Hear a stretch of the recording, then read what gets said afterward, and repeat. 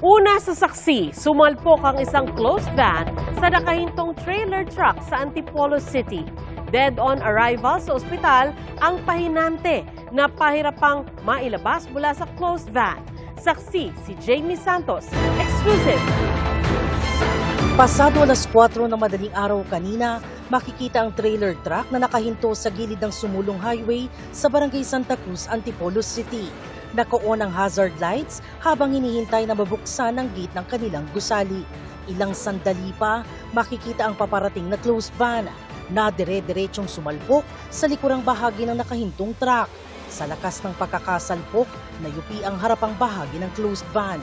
Tinamaan po ng medyo critical po dito ay yung po sa may pahinante nasa side. Ipit na ipit ang pahinante sa loob ng closed van, habang bahagyang naipit naman ang ibabang bahagi ng katawan ng driver.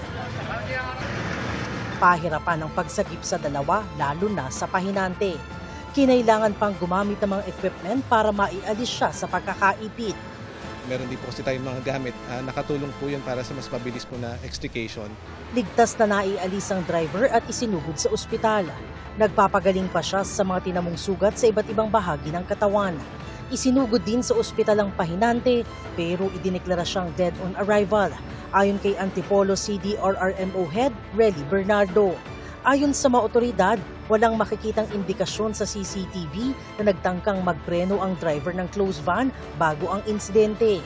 Wala rin umanong nakitang skid marks sa kalsada. Base po din sa video, makikita din po doon na parang dire-diretso lang po siya. No?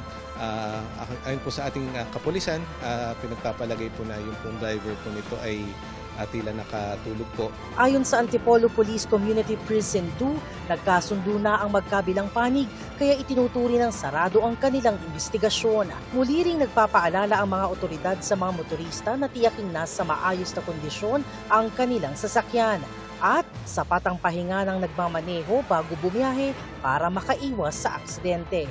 Ako si Jamie Santos, ang inyong saksi.